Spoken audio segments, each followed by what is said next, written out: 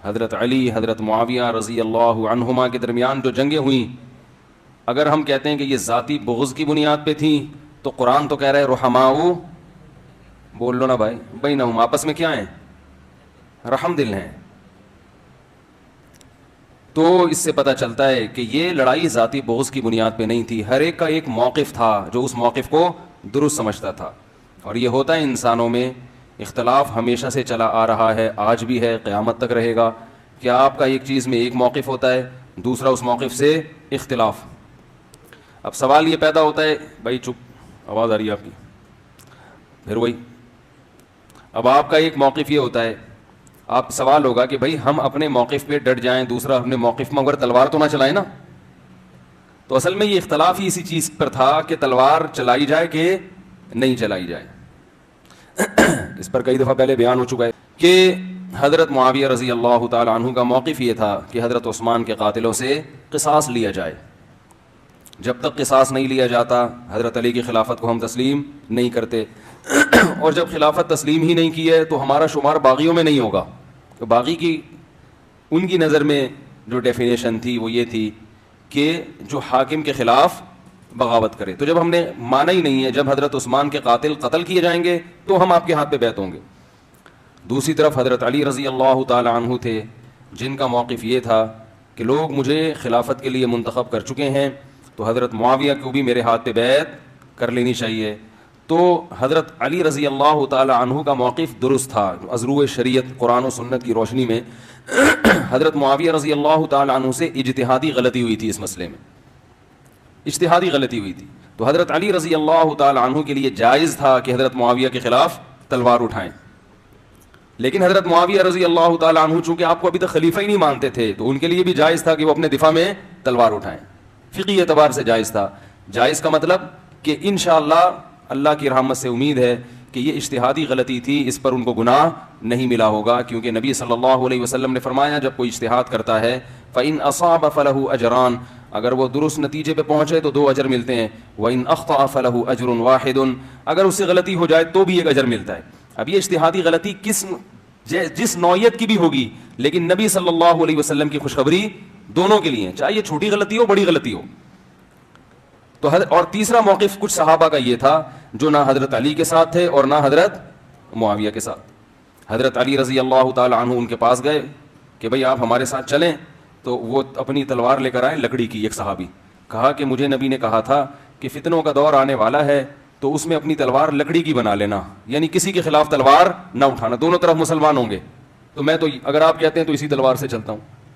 تو اب دیکھو یہ بھی صحابی رسول تھے، ان کا موقف یہ تھا کہ کسی کے خلاف تلوار نہیں اٹھائی جائے گی.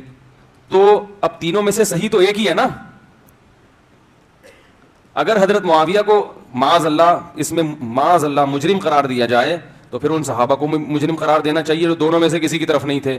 ان کو تو کوئی بھی مجرم قرار نہیں دیتا، بلکہ ان کو یہ کہتے ہیں بھائی ان کا موقف یہ تھا ہم نے کسی کے خلاف نہیں لڑنا. حالانکہ جب حضرت علی کو خلیفہ مان لیا جائے تو حضرت علی رضی اللہ تعالیٰ عنہ اگر کسی سے کہہ رہے ہیں کہ میرے ساتھ آ کے لڑو تو اس کی بات ماننا واجب ہے.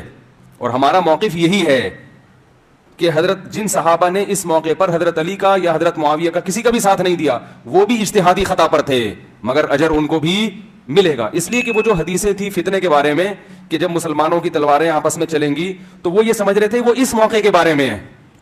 بات آ رہی ہے سمجھ میں؟ تو ہر شخص نے جو اس کو سمجھ میں آیا اس کے حساب سے اللہ کو راضی کرنے کی کوشش کی ہے ہر شخص نے. عبداللہ ابن زبیر ابن عوام رضی اللہ تعالی عنہ نے جا کے خطاب کیا نا، جب حضرت علی کے لشکر میں تھے، جا کے خطاب کیا کہ لقد علمنا ان فیکم زوجۃ النبی صلی اللہ علیہ وسلم، ہم جانتے ہیں کہ تمہارے درمیان نبی کی زوجہ بھی ہیں. وہ ابتدا میں حضرت معاویہ کی طرف تھیں.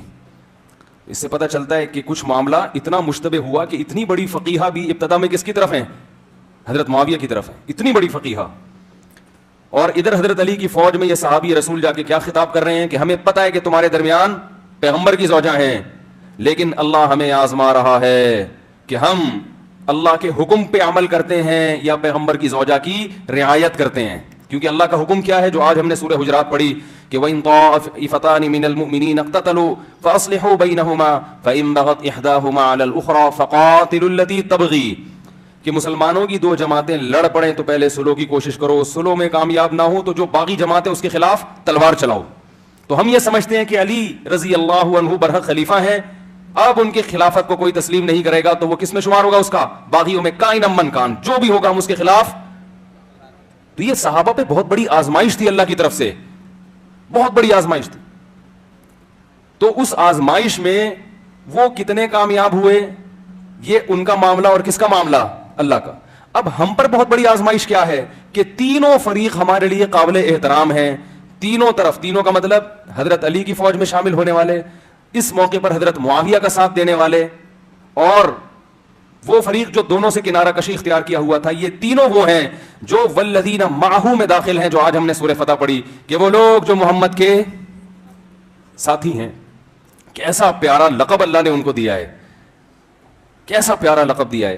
یعنی کتنے اچھے عنوان سے اللہ نے خطاب کیا کہ محمد کی شان بھی بڑی اونچی کہ وہ اللہ کے رسول ہیں. والذین، اور وہ لوگ معہ جو محمد کے ساتھ ہیں.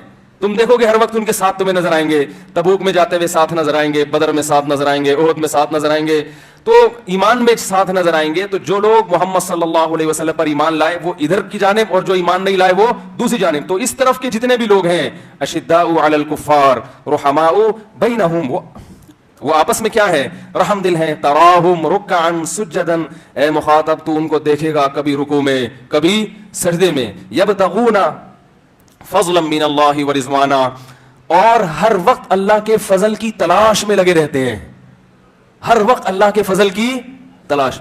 یعنی اللہ ان کے رکوع اور سجود کے مخلص ہونے کی گواہی دے رہا ہے. اچھا علی بھائی یہ بتائیے کہ حضرت معاویہ رضی اللہ تعالیٰ عنہ نے حضرت علی کی بیعت کیوں نہیں کی تھی؟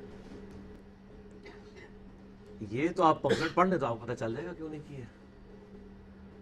بظاہر جو وجوہات ہیں وہ آپ کو بتا دیتے ہیں. باقی آپ کو پتہ ہے کہ جو پالیٹکس ہوتی ہے نا، اس میں ظاہری وجوہات کچھ اور ہوتی ہیں، چھپی بھی کچھ اور ہوتی ہیں. ظاہری وجوہات یہ تھیں کہ وہ حضرت عثمان غنی رضی اللہ تعالیٰ عنہ کا قصاص طلب کرتے تھے. اس میں کوئی حرج نہیں ہے، قصاص طلب کرنے سے ہمیں کوئی اختلاف نہیں ہے. اختلاف اس وقت شروع ہوتا ہے کہ جب آپ اس کے لیے پارٹی بازی شروع کر دیتے ہیں. مثال کے طور پہ میں پٹیشن لے کر ہائی کورٹ یا سپریم کورٹ میں جاتا ہوں، یہ میرا رائٹ ہے. لیکن اگر میں ایک فوج بنا کے سپریم کورٹ کے اوپر چڑھائی کر دوں یا پاکستانی فوج کے اوپر چڑھائی کر دوں کہ جی مجھے انصاف دیں، تو اس کو بغاوت کہا جاتا ہے. اس لیے نبی علیہ السلام نے اس جماعت کو باغی جماعت قرار دیا. صحیح بخاری میں انٹرنیشنل نمبر کے مطابق 2812 نمبر حدیث ہے، اور مسلم میں بھی موجود ہے. افسوس اے عمار، سمیہ کے بیٹے، تجھے ایک باغی جماعت قتل کرے گی. تو انہیں اللہ کی طرف اور جنت کی طرف بلائے گا، وہ جماعت تجھے دوزخ کی طرف بلائے گی. یعنی حضرت علی کی جماعت کو جنت کی طرف بلانے والی جماعت اور اللہ کی جماعت کا، اور مخالفین کو دوزخ کی طرف بلانے والی جماعت.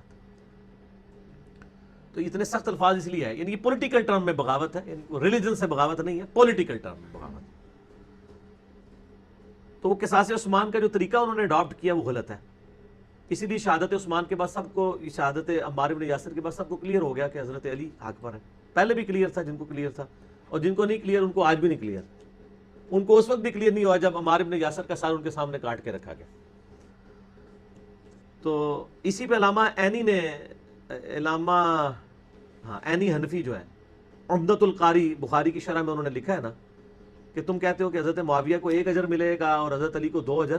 میں تو کہتا ہوں حضرت معاویہ برابر بھی چھوڑ دیے جائیں صحابی ہونے کی وجہ سے تو ان کے لیے کافی نہیں ہے کہ جب نبی علیہ السلام نے فرمایا تھا کہ عمار کو باغی جماعت قتل کرے گی، تو عمار کے قتل سے پہلے تو معاملہ ایمبیگوس تھا، اس کے بعد تو ایمبیگوس نہیں رہا، وہ جماعت باغی ہے دوسری. ٹھیک ہے، سیدھی سی بات ہے. بال اس کے اوپر میرے آپ جنگ جمل صفین نہروان لکھیں میرے یوٹیوب پہ، بے شمار کلپ آئیں گے. جو شروع میں نے 2 لیکچر بتایا نا، 101 مسئلہ اور 162A، ان میں نے چیزیں ڈیٹیل سے ڈسکس کی ہیں. باقی سر یہ 5B ریسرچ پیپر میں سب کچھ موجود ہے. تو ان چیزوں کو آپ جب اسٹڈی کریں گے تو آپ کو انشاءاللہ تعالیٰ معاملات کلیئر ہو جائیں گے. باقی میں نے آپ کو بتایا پس پشت ریزنز بھی ہوتی ہیں. وہ ریزن میں اپنے الفاظ میں بیان نہیں کرتا، میں صرف حدیث بیان کر دیتا ہوں. عقل مند کے لیے اشارہ کافی ہو جائے گا. صحیح مسلم میں ایک حدیث ہے انٹرنیشنل نمبر کے مطابق 1258.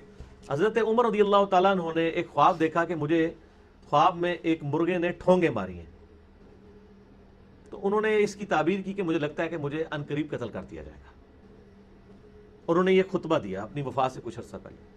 ان کا دیکھنا اگر مجھے کچھ ہو جائے تو میرے بعد امر خلافت کو ان 6 بندوں سے باہر نہیں جانے دینا جن کے ساتھ نبی علیہ السلام وفات تک راضی رہے۔ مجھے خطرہ ہے کہ میرے بعد لوگ اختلاف کریں گے خلافت کے معاملے میں، لیکن ان 6 کے ساتھ جو لوگ لڑیں یا ان کی خلافت میں اختلاف کریں تو تم سمجھ لینا یہ وہ لوگ ہیں جن کو میں نے اسلام کی خاطر اسلام قبول کرنے سے پہلے اپنے ہاتھوں سے مارا پیٹا تھا۔ یعنی یہ لوگ فتح مکہ پہ معافی مانگ کے مسلمان ہوئے میں، ان سے مجھے خطرہ ہے کہ یہ اس چکر میں ہوں گے کہ خلافت پہ قبضہ کر لیں۔ طلقاء جنہیں کہا جاتا ہے، جو ساری آل امیہ طلقاء ہی تھی نا، کہ حضرت ابو سفیان ہو یا حضرت معاویہ ہو یا باقی اصحاب ہو رضی اللہ عنہم اجمعین۔ تو یہ بڑے سخت الفاظ ہیں۔ ان 6 بندوں کے نام مسلم کی تاریخ میں نہیں ہے، لیکن بخاری میں جو حدیث ہے انٹرنیشنل نمبر کے مطابق 3700، بڑی ڈیٹیل حدیث ہے حضرت عمر کی شہادت والی، اس میں 6 رکنی کمیٹی انہوں نے شہادت کے زخم کے دوران بنائی ہے۔ فرمایا علی، عثمان، طلحہ، زبیر، سعد بن ابی وقاص، عبد الرحمن بن عوف، اور کہا عبداللہ بن عمر میرے بیٹے کو مشورے میں شامل کرنا، لیکن اس کو خلیفہ نہ چننا۔ ان 6 میں سے کسی کو چننا جن سے نبی صلی اللہ علیہ وآلہ وسلم وفات تک راضی رہے۔ اس کا مطلب کچھ ایسے بھی ہیں جن سے ناراض رہے۔ وہ مسند ابی یعلا میں صحیح سند کے ساتھ روایت ہے، میں نے اس میں ڈالی ہے کہ نبی علیہ السلام نے اپنی وفات سے پہلے ایک خواب دیکھا کہ میں نے آل مروان بنو امیہ کے بندروں کو اپنے ممبروں پر دیکھا ہے۔ ابو ہریرہ کہتے ہیں پھر نبی علیہ السلام اپنی وفات تک کبھی مسکرائے نہیں ہیں جب آپ نے ایک خواب دیکھا۔ تو یہ بندر سارے دیکھ لیے تھے آپ نے جو ممبروں پہ چڑھنے والے تھے، عبد الملک بن مروان اور ان کی پوری آگے اولاد اور یہ سارے باقی۔ اور مسلم میں ایک حدیث ہے کہ میری امت کا یہ قبیلہ میری امت کو تباہ و برباد کر دے گا، یعنی آل امیہ، کاش میری امت ان سے الگ ہے۔ اچھا، اسی طریقے سے بخاری میں جو حدیث ہے 4108 کہ جب حضرت معاویہ تحکیم کے مسئلے کے بعد مدینہ شریف آئے، انہوں نے خطبہ دیا، حضرت حفصہ نے کہا کہ جا میرے بھائی وہ خطبہ سن، تو اس میں نہیں بیٹھے گا تو تیری غیر موجودگی کو کچھ یعنی اس کا نیگیٹو امپیکٹ پڑے گا۔ تو وہاں پہ حضرت معاویہ نے خطبہ دیتے ہوئے کہا کہ دیکھو تم میں سے جو خلافت کا خواہش مند ہے وہ اپنا سر اٹھائے، میں اس کے باپ سے زیادہ خلافت کا حقدار ہوں۔ تو حضرت عبداللہ بن عمر کو وہ تابعی بعد میں کہتا ہے کہ آپ نے معاویہ کو وہیں جواب کیوں نہیں دیا جب انہوں نے یہ بات کی تھی، مراد یہ کہ وہ ان کو ہی ٹانٹ کروا رہے تھے۔ تو عبداللہ بن عمر کا باپ کون تھا؟ حضرت عمر۔